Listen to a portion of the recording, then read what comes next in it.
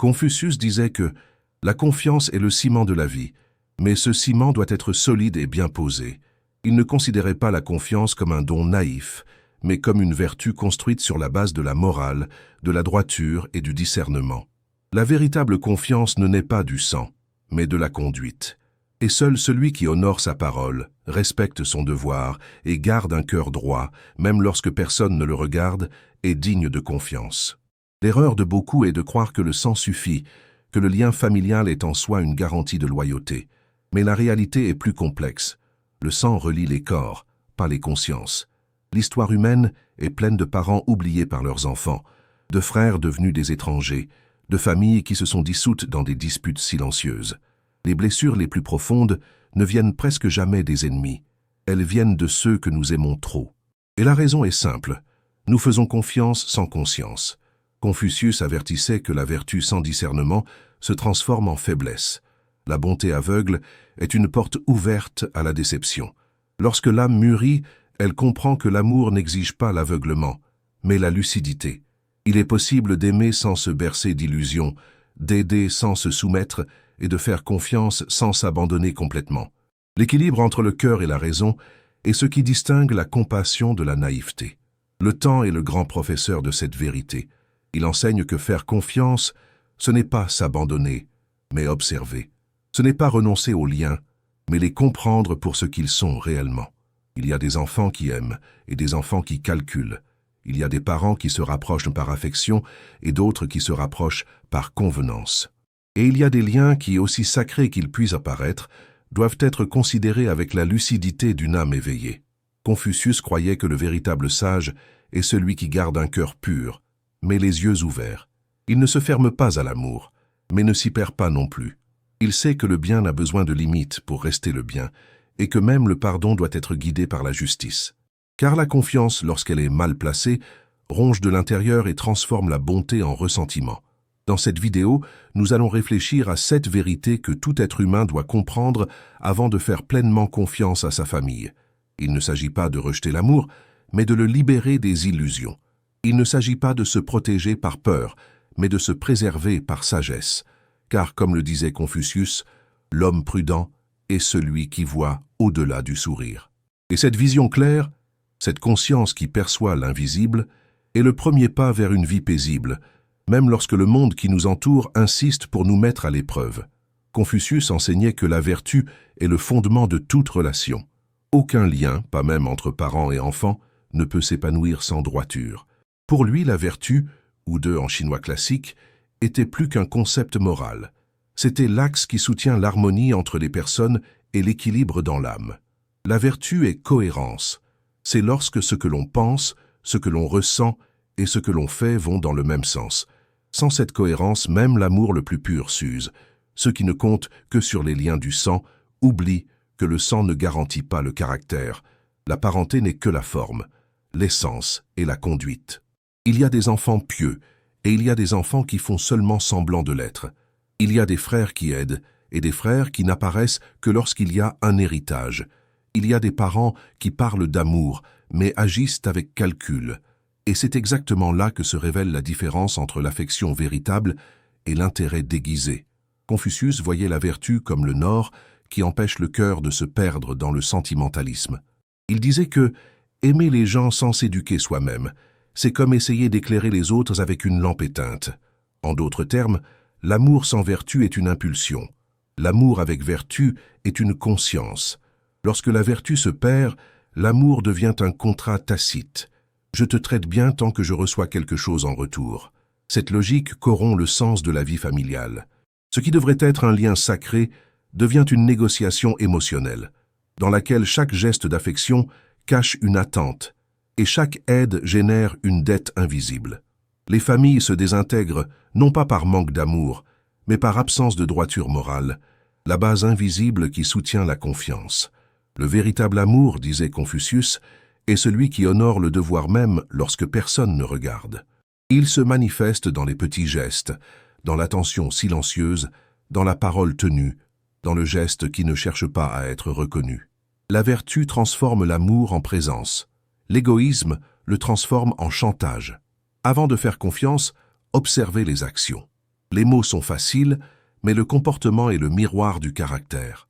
Celui qui parle de respect, mais vit d'excuses, n'a pas encore compris la valeur de la morale. Celui qui promet de prendre soin, mais disparaît lorsque les soins sont nécessaires, révèle son propre vide intérieur. Le sage ne juge pas avec ressentiment, mais avec clarté. Il comprend que l'amour sans vertu n'est qu'un désir de possession, et que la véritable compassion commence là où il y a de l'intégrité des deux côtés. Confucius croyait que la vertu est la seule forme de justice qui naît de l'intérieur. Il ne s'agit pas de pointer du doigt les erreurs des autres, mais de rester droit, même lorsque les autres s'égarent. L'homme vertueux, disait-il, exige tout de lui-même et peu des autres. Ce principe est libérateur, car tant que le cœur dépend du comportement des autres pour maintenir sa paix, il sera esclave de la déception. Mais lorsqu'il s'ancrage dans sa propre vertu, aucune trahison ne peut l'abattre. La confiance, par conséquent, ne doit pas être aveugle, elle doit être méritée. Non pas parce que l'amour a besoin de méfiance, mais parce que la lucidité est ce qui préserve sa pureté. Lorsque l'on fait confiance en toute conscience, le cœur reste ouvert, mais les yeux restent attentifs. Et cette vigilance tranquille est ce qui distingue le sage du naïf. En fin de compte, la leçon est simple et éternelle. La vertu est le sol fertile où pousse le véritable amour. Sans elle, tout lien, aussi intime soit-il, se détériore avec le temps. Avec elle, même le silence entre deux âmes devient un lien de confiance. Si vous aimez les réflexions comme celle-ci, abonnez-vous à la chaîne et activez les notifications pour ne manquer aucune vidéo. Dans ses Analectes, Confucius disait que le respect filial est la racine de l'humanité. Il croyait qu'une société juste commence au sein de la famille. Lorsque l'enfant respecte son père, le père agit avec droiture et tous deux cultivent l'harmonie plutôt que la domination. Mais Confucius avertissait également que ce respect ne peut être exigé comme une dette, ni imposé par la peur. Le véritable respect naît de l'exemple, et non de l'autorité forcée. Beaucoup de parents confondent autorité et pouvoir. Ils veulent être obéis, mais oublient que le respect ne s'impose pas, il s'inspire. Lorsque l'amour se transforme en contrôle, il étouffe l'affection qu'il était censé protéger. Et lorsque la peur est utilisée comme un outil d'obéissance, le silence qui s'ensuit n'est pas du respect, mais de la distance émotionnelle. De la même manière, de nombreux enfants souhaitent la liberté sans responsabilité. Ils veulent l'autonomie, mais rejettent les conséquences qui l'accompagnent. Ils veulent être compris, mais ne sont pas disposés à comprendre. Il en résulte une cohabitation déséquilibrée. Des parents ressentimentaux, des enfants indifférents, des frères et sœurs divisés, chacun prisonnier de sa propre idée de la justice. Confucius enseignait que l'équilibre familial n'est possible que lorsque chacun remplit son rôle avec décence morale. Le père sage n'impose pas, il guide. Il enseigne davantage par l'exemple que par le discours. Sa présence inspire confiance, car ses actions sont cohérentes avec ses paroles. Le fils vertueux ne fait pas semblant, il rend l'appareil. Il sait que le respect n'est pas une faiblesse, mais la reconnaissance de la sagesse qu'il a formée. Et lorsque cet ordre moral est maintenu, le foyer devient le premier temple de l'humanité, le lieu où l'on apprend la valeur de la réciprocité. Mais lorsque cet ordre est rompu, le chaos affectif s'installe.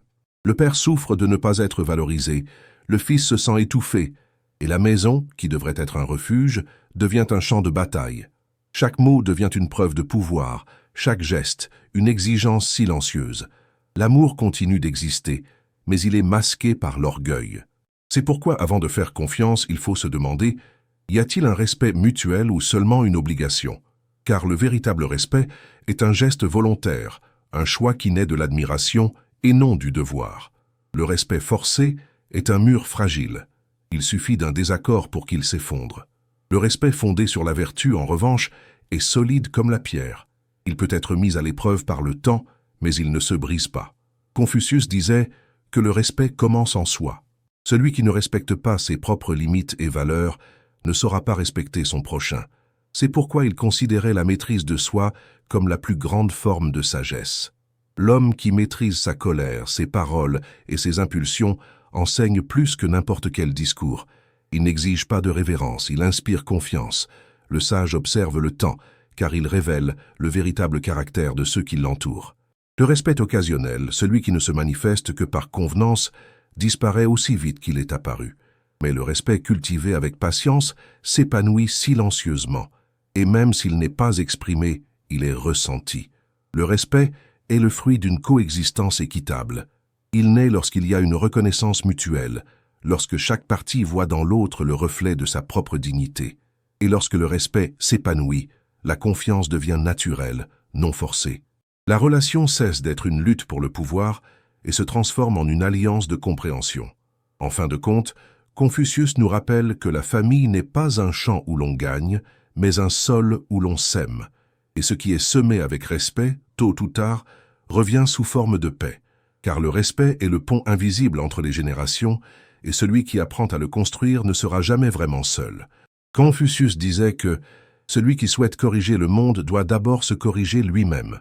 Le même principe s'applique à la famille. Beaucoup pensent que les foyers se désagrègent à cause des autres, à cause de l'égoïsme des enfants, de l'ingratitude des proches, des paroles dures ou des attitudes injustes. Mais au fond, la souffrance naît rarement de ce que font les autres, elle naît de ce que nous attendons d'eux. La douleur de la déception est proportionnelle à l'ampleur de l'attente. Nous attendons de la gratitude là où il n'y a que de l'intérêt. Nous attendons de la loyauté là où il n'y a que de la commodité. Nous attendons de l'empathie de la part de ceux qui n'ont pas encore développé leur conscience.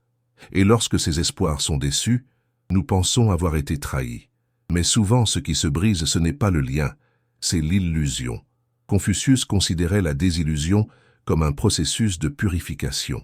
Il enseignait que la souffrance est le maître qui révèle la différence entre ce qui est réel et ce qui n'est qu'un désir.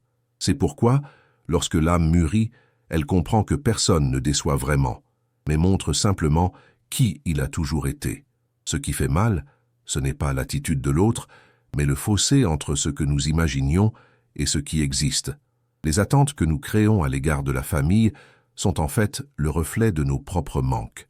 Nous voulons voir chez nos enfants la gratitude que nous aurions aimé recevoir de nos parents. Nous attendons de nos frères et sœurs la solidarité que le monde nous a refusée. Nous recherchons dans l'amour familial la sécurité que le temps a emportée. Mais la famille n'est qu'un miroir. Elle nous renvoie sans pitié tout ce que nous projetons, l'affection, la peur, la vanité, la fierté. Confucius disait qu'un homme sage n'essaie pas de changer les autres par la force, mais par l'exemple silencieux. Corrigez-vous vous-même, et le monde vous suivra. C'est là le chemin de la véritable autorité morale. Lorsqu'un père ou une mère atteint la sérénité intérieure, quelque chose change autour de lui, même sans parole. La lumière de la conscience est contagieuse.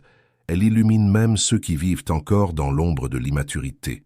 Il ne s'agit pas de résignation, mais de lucidité. La lucidité qui reconnaît que tout le monde n'est pas prêt à rendre le bien reçu. Il y a ceux qui doivent encore apprendre la valeur de la loyauté. Il y a ceux qui marchent encore sur la route de l'indifférence, pensant que la liberté est l'absence de lien. Mais le cœur serein ne vit pas d'illusions, il vit de principes. Et c'est précisément cette sérénité qui empêche la douleur d'empoisonner l'amour. Le sage ne porte pas la rancœur comme un trophée. Il comprend que le ressentiment est une forme déguisée d'attachement, attachement à l'image que nous avons créée de l'autre et à l'histoire que nous aurions aimé voir différente. Mais le temps montre que chacun ne donne que ce qu'il possède. Exiger de ceux qui n'ont rien, c'est comme demander des fleurs à un arbre qui est encore en hiver. C'est pourquoi, avant de faire confiance, regardez en vous-même. Demandez-vous, qu'est-ce qui fait mal, la trahison réelle ou la rupture de l'image idéalisée de la famille? N'est-ce pas votre propre esprit qui a construit une image impossible d'amour parfait et de gratitude éternelle? Peut-être que la douleur ne vient pas de l'autre, mais de ce que nous attendions de lui. Confucius croyait que la paix véritable naît lorsque la conscience cesse d'exiger et commence à comprendre. La famille est un miroir, et ce n'est que lorsque nous apprenons à nous voir à travers lui que nous grandissons vraiment. Voir l'autre clairement, c'est se libérer du besoin d'être compris tout le temps. En fin de compte, la sagesse n'est pas de renoncer aux gens, mais de renoncer aux illusions. Aimer, ce n'est pas exiger un retour, c'est rester intègre, même lorsque le retour ne vient pas. Et c'est cette leçon qui transforme la souffrance en sagesse. La douleur qui éveille est toujours plus précieuse que l'amour qui endort. Confucius accordait une grande importance au pouvoir du silence. Il disait que l'homme supérieur est lent dans ses paroles et rapide dans ses actions. Pour lui, le silence n'était pas l'absence de pensée, mais la présence de la sagesse. Dans de nombreuses familles, on parle trop et on comprend trop peu. Les gens dépensent leur énergie à essayer de prouver qu'ils ont raison, oubliant que la vérité n'a pas besoin d'être défendue, mais seulement d'être laissée au temps. Il y a des moments où expliquer, justifier ou se plaindre est inutile. Lorsque l'autre a déjà fermé son cœur, aucun mot ne peut ouvrir la porte. Dans ces moments-là, insister revient à gaspiller sa sérénité. Le sage, disait Confucius, ne s'épuise pas à essayer de convaincre ceux qui ne veulent pas écouter. Il comprend que le silence est le langage d'un esprit équilibré et que se taire n'est pas perdre, mais préserver. Beaucoup confondent silence et faiblesse, mais en réalité, le silence est le rempart invisible qui protège la paix intérieure. Celui qui réagit à tout ce qu'il entend vit en guerre permanente. Celui qui sait se taire gouverne son propre esprit. La maîtrise de la parole est un pouvoir, mais la maîtrise du silence est une grandeur. Faire confiance ne signifie pas ouvrir son cœur à tout moment. Il y a des moments où il faut se retirer et observer. Le silence permet au temps de révéler ce que la conversation cache. Il permet de voir le caractère de l'autre sans le bruit des justifications. Celui qui se précipite pour parler montre son anxiété. Celui qui observe en silence fait preuve de maturité. Confucius considérait le silence comme une forme de mesure, une vertu morale. Il enseignait que l'homme sage ne parle que lorsque les mots sont plus utiles que le silence. Dire moins, ce n'est pas omettre, c'est choisir. L'harmonie naît de la mesure. Dire ce qui est nécessaire, agir avec prudence et conserver sa dignité, même lorsque l'autre ne comprend pas. Car la dignité ne s'affirme pas par des cris, mais par le sang-froid. Certains confondent transparence et exposition. Mais être transparent ne signifie pas s'ouvrir complètement. C'est être vrai dans ses propres limites. Ceux qui vivent en s'expliquant trop finissent par devenir otages de l'approbation des autres. Et lorsque la vie dépend de la validation des autres, le silence intérieur se perd. Confucius avertissait, l'homme qui parle trop se contredit inévitablement. C'est pourquoi le sage préfère laisser le temps prouver ce que le discours ne peut soutenir. Il y a des silences qui pèsent et des silences qui guérissent. Le silence qui naît de la peur emprisonne. Celui qui naît de la compréhension libère.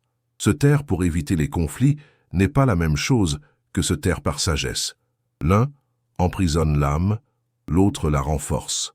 Le premier est une fuite, le second est une maîtrise. Le vrai silence est actif, il observe, filtre et comprend.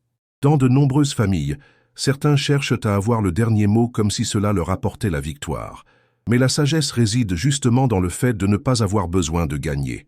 L'homme mûr comprend que la valeur d'une conversation ne réside pas dans celui qui parle le plus fort, mais dans celui qui garde son calme. Le silence, lorsqu'il est guidé par la conscience, a le pouvoir de désamorcer l'agressivité de l'autre et de révéler, sans effort, qui est vraiment en paix. Avant de faire à nouveau confiance, observez votre propre silence. Est-il une fuite ou de la sagesse? S'il s'agit d'une fuite, il naît de la peur de s'imposer et vous emprisonne. Mais s'il s'agit de sagesse, il naît de la maîtrise de soi et vous libère. Le silence sage est celui qui ne garde pas de ressentiment, mais de la compréhension. Il ne cache pas la colère, mais la sérénité. Confucius croyait qu'un homme vertueux n'a pas besoin d'être compris par tous. Il suffit qu'il se comprenne lui-même. Et lorsque cette compréhension est atteinte, le silence cesse d'être solitude et se transforme en repos de l'âme.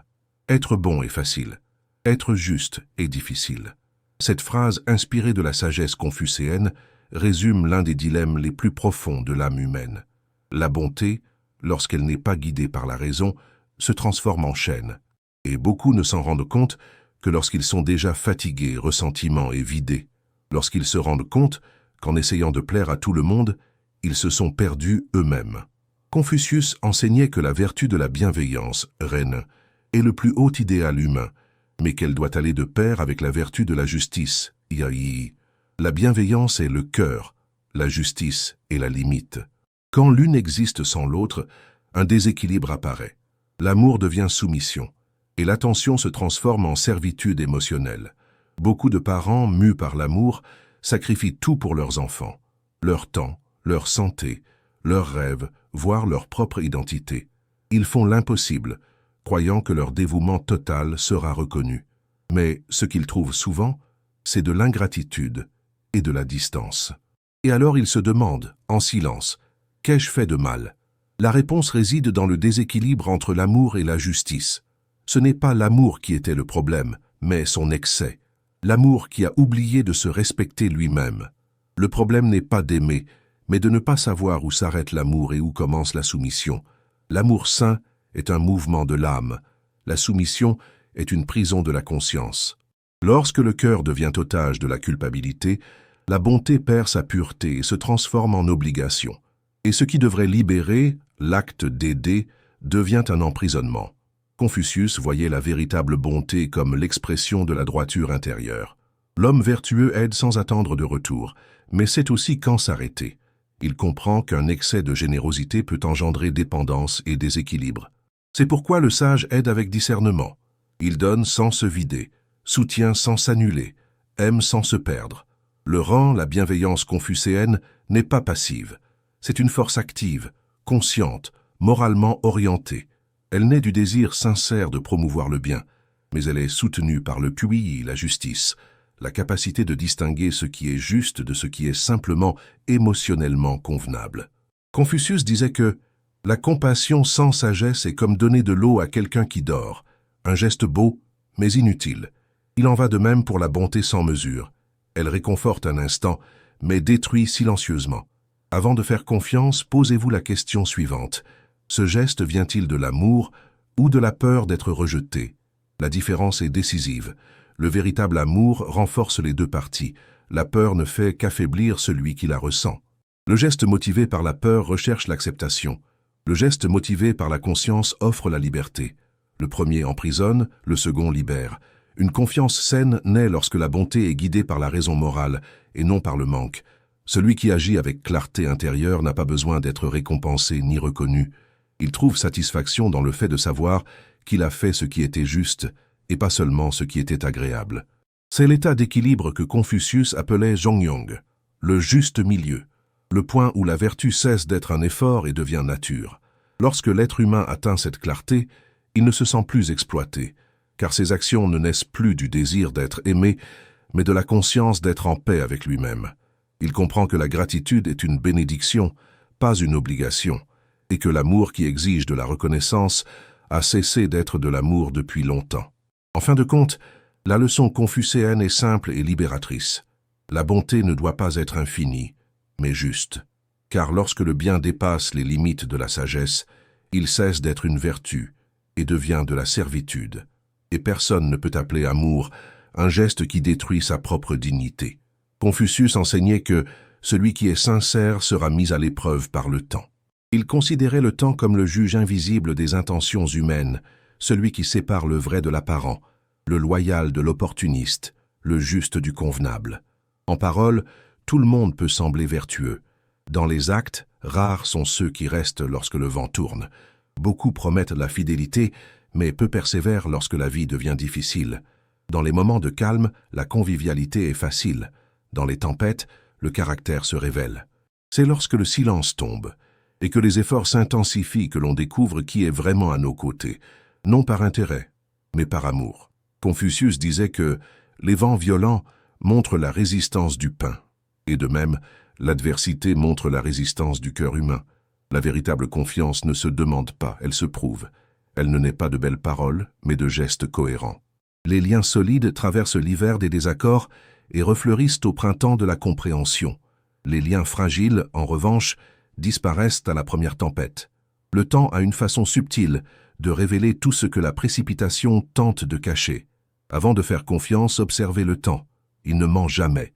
Le temps révèle l'amour véritable dans la constance, l'amitié véritable dans la présence silencieuse et la loyauté dans la simplicité du quotidien. Ceux qui aiment vraiment restent discrets, sans fanfare, sans discours, sans besoin de prouver quoi que ce soit. Ceux qui aiment par intérêt, au contraire, ont besoin d'être vus, applaudis, récompensés. Confucius disait que l'homme noble est modeste en parole et abondant en action. L'homme petit, au contraire, parle beaucoup et agit peu. Le temps est le miroir de la vérité, car il efface le vernis des apparences. Aucune simulation ne survit à la constance des jours.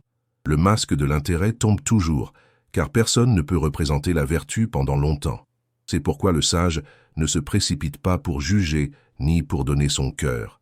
Il observe, non par méfiance, mais par sérénité. Il comprend que la nature humaine est comme le bambou, Elle doit être courbée et testée pour prouver sa fermeté. La patience est donc l'allié de la sagesse. Le cœur précipité se trompe sur les apparences. Le cœur serein voit ce que le temps va encore révéler.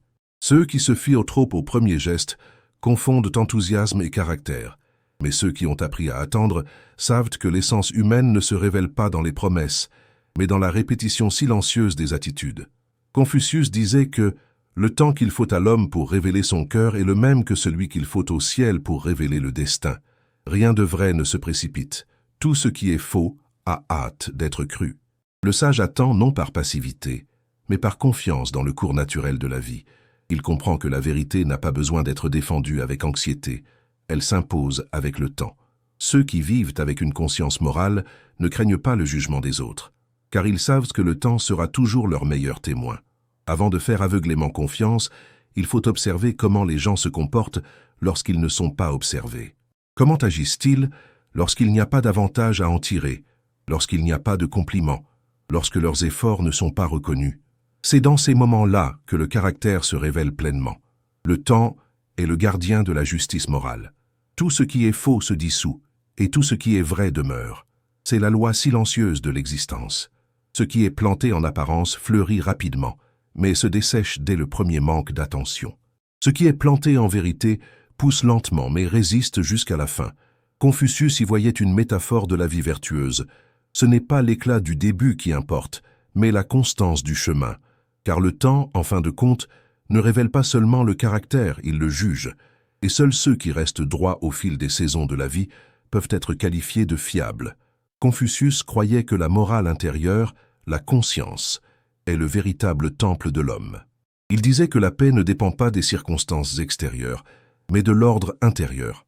Celui qui se fie d'abord à lui-même ne sera jamais totalement trahi, car il a construit sa sécurité sur quelque chose que le temps et les autres ne peuvent corrompre. La confiance dans les autres est toujours relative. La confiance en sa propre droiture est absolue. Le monde change, les gens changent, mais la vertu demeure.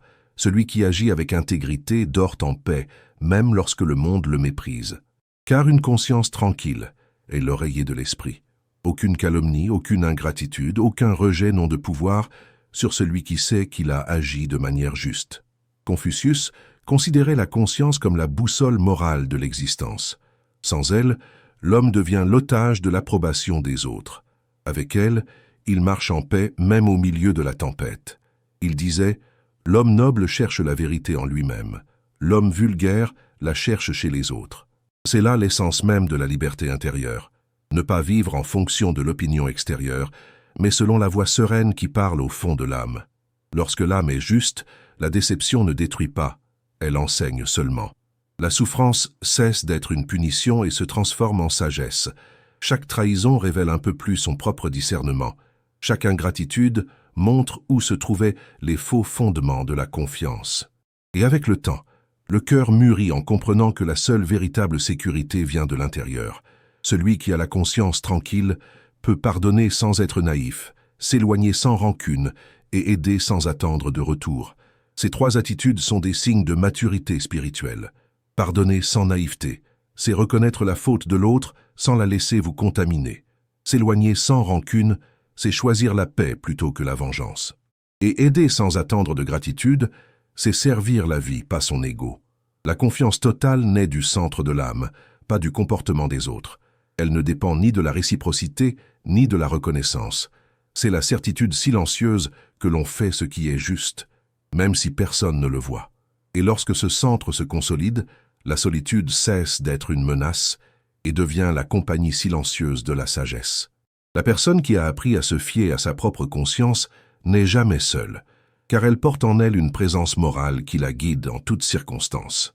Confucius considérait cette sérénité comme la véritable victoire de l'esprit.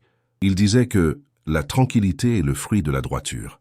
Celui qui agit correctement n'a pas besoin de garanties extérieures, car il a déjà trouvé en lui-même la source de la confiance. L'homme noble est celui qui se contente de faire le bien, même si personne ne le reconnaît, et l'homme vulgaire est celui qui ne fait le bien que lorsqu'il est vu. La confiance intérieure est également l'antidote contre l'amertume. Quand quelqu'un trahit, trompe ou déçoit, l'homme ordinaire perd foi en l'humanité. Le sage, au contraire, n'y voit qu'une leçon sur les limites de l'autre. Il comprend que la nature humaine est imparfaite et que la paix ne dépend pas du fait que tout le monde soit bon, mais qu'il continue à l'être. C'est pourquoi la conscience est le seul endroit où la confiance ne se perd jamais. Elle est le sol ferme au milieu des inconstances du monde. La vie peut décevoir, les gens peuvent échouer, mais celui qui reste fidèle à sa morale ne se brise pas, il se purifie seulement. La confiance en soi n'est pas de l'orgueil, c'est la foi dans l'ordre moral de l'univers. En fin de compte, Confucius nous laisse la leçon la plus profonde de toutes. Celui qui se guide par sa propre conscience n'est jamais désemparé. Car lorsque le cœur est en paix avec ce qui est juste, aucune solitude, aucune ingratitude, aucune perte ne peut ébranler ce qui est déjà devenu éternel en soi. Tout au long de la vie, la confiance est polie comme une pierre précieuse. À chaque coup de déception, elle devient plus pure. Chaque désillusion enlève l'excès, polissant le cœur jusqu'à ce qu'il ne reste que l'essentiel, la sagesse de discerner sans s'endurcir et d'aimer sans se perdre. Confucius considérait la confiance non pas comme une fragilité, mais comme une vertu morale qui doit être soutenue par la conscience et l'équilibre. Il croyait que la véritable valeur d'un être humain ne réside pas dans ce qu'il croit, mais dans la manière dont il croit, avec naïveté ou avec sagesse. Car la confiance sans conscience est une porte ouverte à la souffrance, mais la confiance guidée par la lucidité est le chemin de la sérénité. La vieillesse, lorsqu'elle est éclairée par la sagesse, n'est pas un temps de naïveté, mais de discernement. Après tant d'expérience, le cœur mûr apprend qu'il n'y a pas de honte à se méfier. Il y a de la prudence. Aimer reste essentiel, mais aimer avec lucidité est la véritable maîtrise. L'amour aveugle cherche à combler un vide. L'amour conscient comprend que personne n'est responsable de notre paix. Faire confiance, oui, mais sans s'annuler. Aimer, oui, mais sans mendier de l'affection. Aider, oui, mais sans perdre son axe intérieur. Ces trois dimensions forment l'équilibre de l'esprit mûr, celui qui sait que la générosité ne se mesure pas à ce que l'on donne, mais à ce que l'on préserve en donnant. La confiance aveugle cherche la sécurité chez les autres. La confiance consciente trouve la sérénité en elle-même. Et lorsque cette sérénité s'installe, les relations cessent d'être un champ de bataille et deviennent une école de l'âme. Chaque rencontre, chaque séparation, chaque geste d'ingratitude cesse d'être une offense et devient une leçon. Le regard passe du ressentiment à la compréhension, et la vie, autrefois pleine d'exigences, devient silencieusement juste. Confucius disait que l'homme vertueux fait confiance à l'harmonie du Tao, l'ordre invisible qui régit toute chose. Il sait que même la douleur fait partie de cet ordre, et que rien n'est perdu pour celui qui apprend. C'est pourquoi, lorsque la vie lui enlève quelque chose, le sage ne se révolte pas. Il s'incline, comprend et continue. Sa confiance ne repose pas sur les gens, mais sur le flux moral de l'univers, où tout ce qui est faux s'effondre et tout ce qui est vrai demeure. C'est la maturité que le temps nous offre, celle de réaliser que nous n'avons pas besoin de contrôler l'amour des autres pour maintenir la paix. Le cœur éveillé n'exige pas de garantie, car il a appris à se reposer sur sa propre droiture. La sérénité devient son foyer et la conscience son bouclier. Au final, le cœur qui comprend ces 7 vérités ne vit pas dans la méfiance, mais dans la paix, car la paix n'est pas le contraire de la douleur, c'est la compréhension qu'elle a un but. Le sage ne craint plus l'éloignement, ni ne s'attache aux apparences. Il fait confiance à ce que le silence confirme et au temps révèle. Confucius nous a enseigné que vivre avec droiture, c'est faire confiance à la loi naturelle de la vie, que toute perte porte en elle une graine de sagesse et que toute déception cache une leçon de libération. Rien n'est perdu pour celui qui apprend, car l'apprentissage transforme même la blessure en lumière. Ainsi, la confiance cesse d'être un risque et devient un choix conscient. Il ne s'agit pas d'un abandon aveugle, mais d'une communion sereine entre le cœur et la vérité. Et la paix, lorsqu'elle naît de cette conscience, est la forme la plus pure et la plus durable de confiance qui existe. Si cette réflexion vous a plu, aimez la vidéo, abonnez-vous à la chaîne et activez les notifications pour recevoir d'autres réflexions comme celle-ci. Ainsi, vous ne manquerez aucun nouveau contenu. Portez-vous bien et à bientôt.